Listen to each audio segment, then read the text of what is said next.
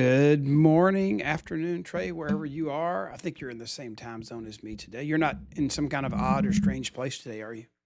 Not today, no sir. We are I am in my lovely warm office. The rest of my house is freezing because my wife likes to keep the whole house the temperature of a meat locker.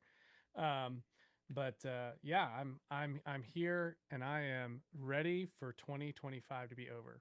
Um I was so excited coming into 2025. Uh but I'm excited about what 2026 is going to be. Yeah, To me be too. honest. Yeah, I'm scared too. I scared my wife to death this morning. I was actually in the sauna. I know most people may not want to hear this. I was in the sauna and she was in the bedroom. It hadn't gotten up yet. And I screamed, I said, Lori, turn your car off.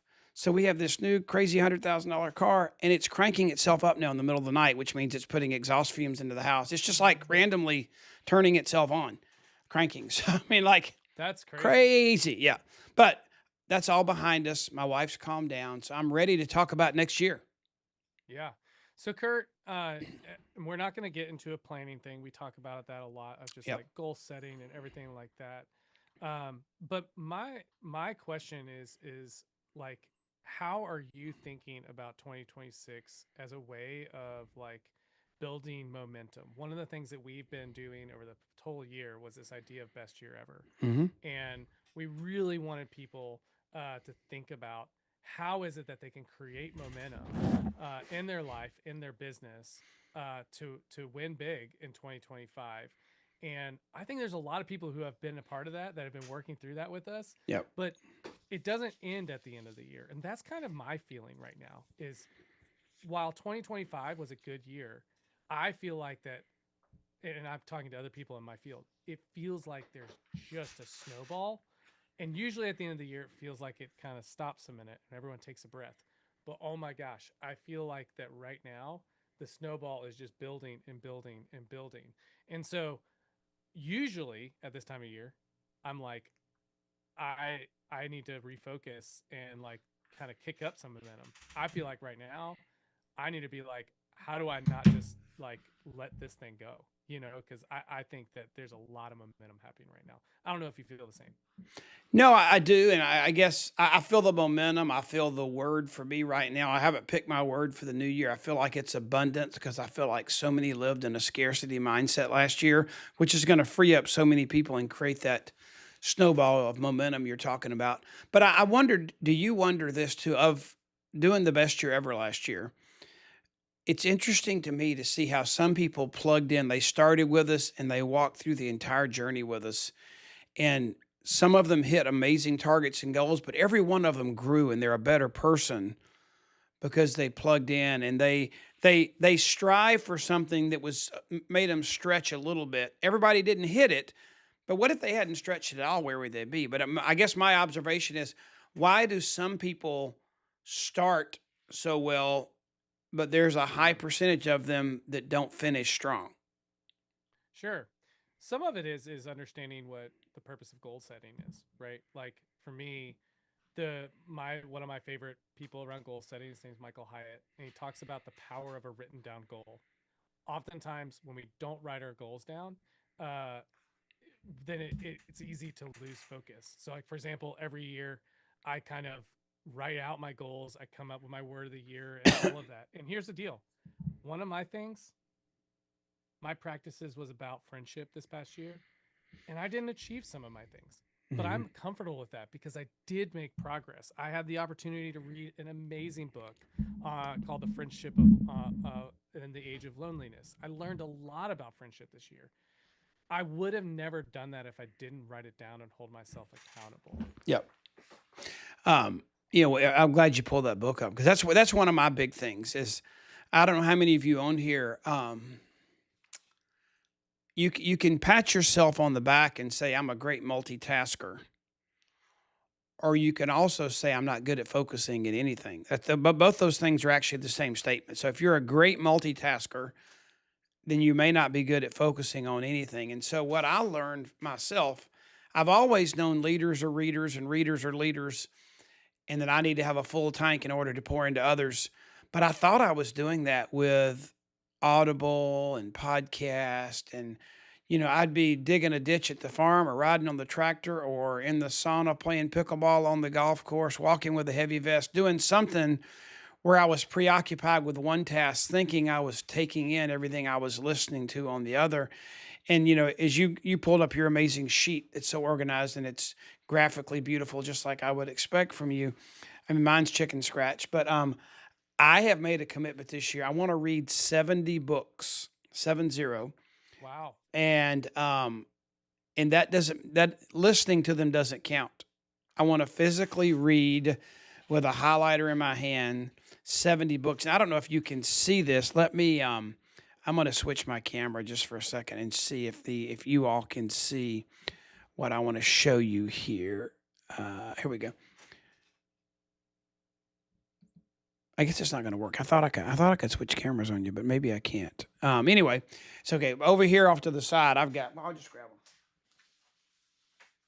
These have all been read since Thanksgiving. Oh wow. And this is the latest one I'm reading. It's a great book. Okay. Yeah.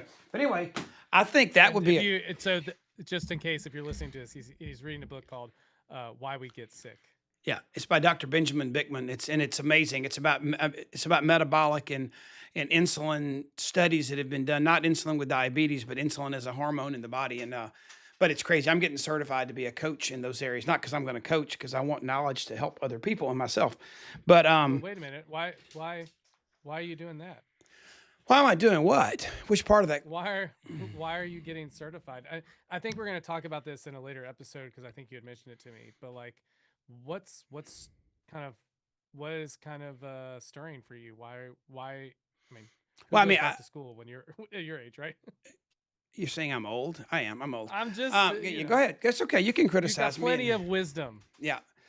I have energy too, dude. But anyway, um, I I don't need credentials behind my name. I'm past that stage in my life. I don't need to brag and say I've done something. But I've been through a journey with my own health, and I've seen it happen. I've used CGM monitors and things that have helped me recover. And doctors that I like found out they didn't really know what they were talking about. Not because they were unintelligent or didn't care. They just didn't know. It wasn't. I mean, it's like they didn't study that. They didn't know. Um, and so I took things into my own hands to learn from other doctors. I'm not saying that I'm just digging in the yard trying to find herbs that'll fix everything. These are medical doctors, major institutions that are studying these things. And once I put together the puzzle, I'm like, okay, I need to package this and have it inside of me in a way that I can use it and teach others and help others, not just, it's one thing for you to know it. I think it's like studying the Bible. It's like I learned more about the Bible once I began to teach it, not when I began to study it. Who learns the most in anything? It's the teacher, really, and so that's why. I mean, there are probably some more reasons, but I want a little bit of authority, like I know what I'm talking about because I do, firsthand experience plus knowledge. But if I'm going to do what I say I'm going to do, and I'm going to be true to what we talk about in this podcast, that we want to lead leaders, that we want to make a life and teach others to make a life. Why would someone follow me? Why would someone be interested in listening to me if they didn't feel like I was full of some kind of fuel, energy, or knowledge or wisdom that they were interested in having also? So I got to fill up. I got to fill my tank. Yeah. And I think that's a big process of like why momentum is really essential to you be thinking through. You had mentioned this idea of like what does abundance look like? Well, abundance requires that you set this the right conditions for fruitfulness to occur, right? We've talked multiple times about the idea of the relationship between rest and work, but the idea of abundance and fruitfulness versus scarcity, right, really depends on are you putting the right things into the soil. And so like when I think about right now as I'm thinking into next year, how do I maintain momentum? How do I have the right outlook of next year? It's around really like resetting on some of the things that are core disciplines for me, whether that be if you're leading a business, it's like you're setting your power hour every single week. How do I really think about who do I need to be connecting to nurture that relational capital? But sometimes it's just like right now for me, my word next year is reflection. It's about getting still and having a habit of journaling in the morning. I'm going to commit to that because I know in order for me to sustain momentum, I've got to get right first thing in the morning, and that's one of my big things. Um, Anything that you're considering to keep this momentum going for the year? Um, yeah, there's several things, and a lot of this I've learned from some of these books I've read recently. One, there's I'll two that I'll share. One's a more of a mental thing, and one's a physical thing.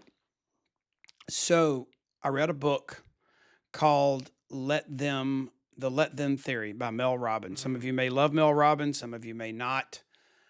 She's not somebody that I follow because I think she's a faith based, godly woman. I think she's just got a good perspective on people. And I don't know where she stands in her faith, honestly. Um, but there's so many things that we worry about that we can't control. And I have probably in a bad way prided myself in one Bible verse that I felt like I played out pretty well in my life was that one, be anxious for nothing, don't worry, and letting, God's going to take care of the flowers and the birds, and how much more is He going to take care of me? So I've clung to that, and I've really not been a worrier. But we've had an undue amount of stress on us in the last 3 or 4 years from health and family and business and digital and all kind of things. And I let people's opinions, I let what people said get me riled up. And this book is about, at some point in time, you have to let them do what they're going to do, let them say what they're going to say, let this situation dictate this outcome that it dictates. And the only thing you have the opportunity to do is you have the ability to choose how you respond to that. You can't change it. oh yeah. And so that's one thing mentally, emotionally, psychologically that I'm going to do well this year. That I'm not going to let things that I can't change make me respond like I'm trying to still change it. I'm going to respond in a way that I know that I have control of that response. That's one. And then the second thing is it evolves around sleep. And you talked about rest and work. Um, but I have decided it's part of my book reading thing. And I've already found this to be true. So I'm not just saying I've heard this, that you will sleep dramatically better if you can get your eyes off of that blue screen at least an hour before you go to bed. They say 2 hours. 2 hours is hard to do, not to look at your phone for 2 hours before you go to bed because you're checking all kind of stuff. But what I'm doing, and then in the morning, first thing, it's not good for that to be where you go first off to get your body going. So I'm kind of committed to the last hour before I go to bed and the first hour when I wake up. I'm going to be reading a book or walking or doing something. I'm not going to wake up or right before bedtime let the screen be the last thing I'm looking at. So that's the Oh, kind of I think this is essential. yeah, One of my big habits right now is at 8 o'clock, my phone, my watch goes up yeah.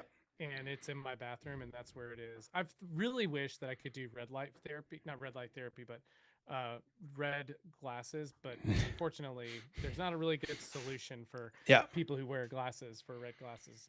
I don't You know know, some what's the red glasses thing. I don't know about that.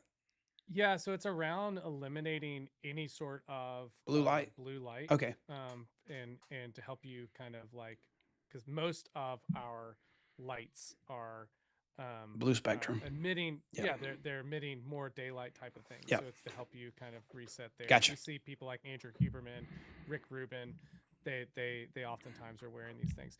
But one of the other things I want to hit on because it was very similar to what you said. Sometimes people ask me what kills the momentum, right? Because you asked me that a little bit ago. Yep. Here's what kills the momentum. I know I do it all the time when I plan goals, all the time. What kills the momentum is when my success depends on someone else, Yeah. Amen. right? And while sometimes we have to think about that, like net revenue, obviously for me, depends on someone else. It depends on someone else to say yes. However, the truth is most of our goals should be things that require no one else but me to achieve them, because and I think that that's a really important thing for people to wrestle through when they're setting their goals for next year. Is if you feel like you have momentum going right now, go back and ask the question, what has caused that? What are the patterns that have caused that? When things are good, it's the best time to go back and reflect. It's just the same reason why in therapy, if you're in therapy, the best time to be in therapy is when things are good, because that's when the real good work happens. Let me tell you something I've added to my regimen, and I posed this to some of my leaders last week. We send out a text message to wake everybody up each week, to wake up with Kurt. And you and I are both big on planning the week. But I added a Friday morning question to my weekly routine. You want to know what it is? What's that? So, in addition to planning the week, a little bit of reflection, like you're talking about, a little bit of retrospect. On Friday mornings, I'm going to ask myself, what did I do this week that moved the needle? What did I do this week that made a difference? So you're going to plan the week, but you're not going to get away with just planning it. I want you to hold yourself accountable to how you finished it.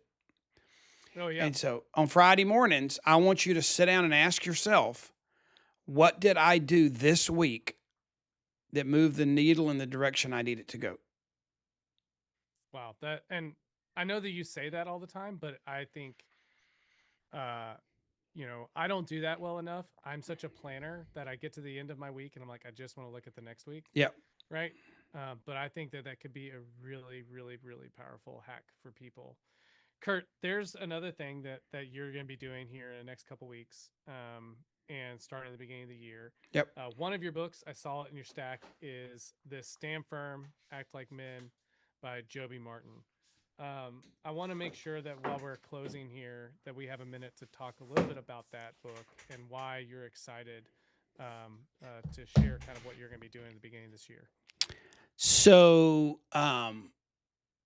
when I was young, my parents got divorced, and I had men that poured into me that were surrogate fathers for me, that made sure that I had that male role model in my life that I was poured into. And ever since that time, I have really strived, um, sometimes more successfully than others, to be the man that I believe God called me to be.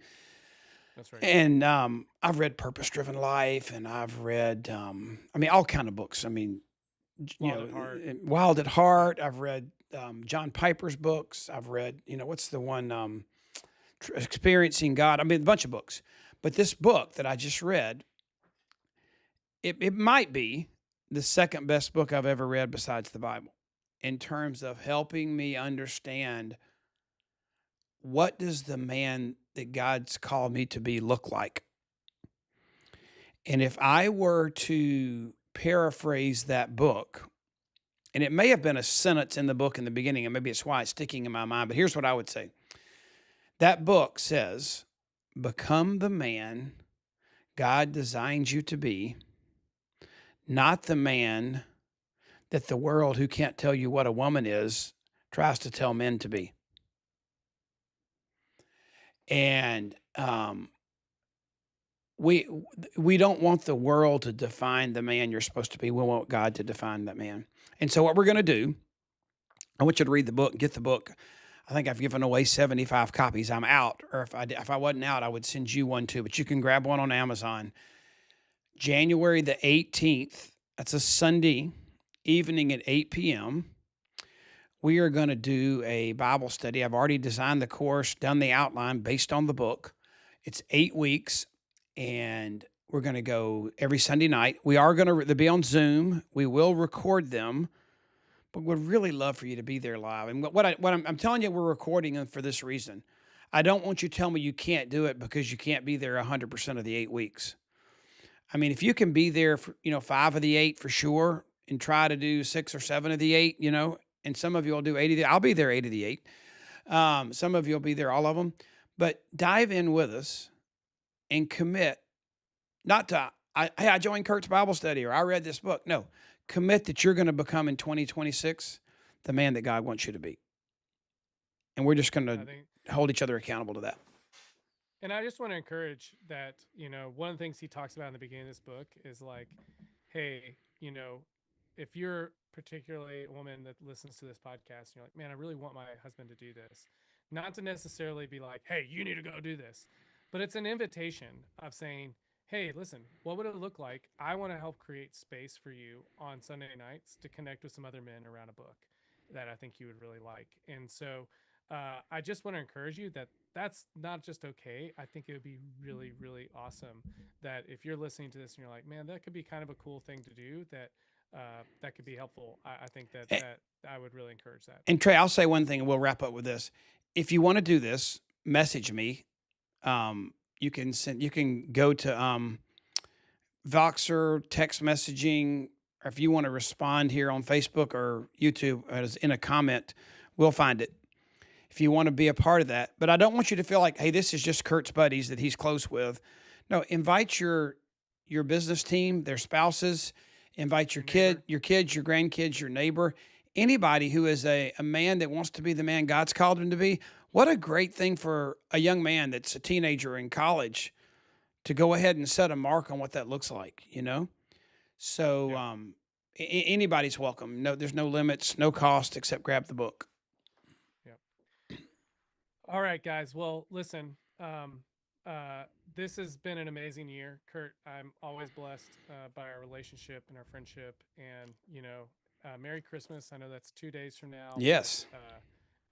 just want to tell you thank you for your friendship. And, man, I'm ready for 2026. I'm stoked about what God's going to do.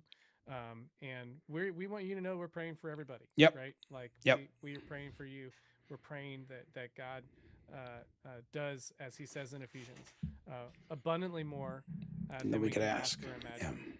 And so Let me close with this, Trey. We want you to, the guys, join us on the book thing.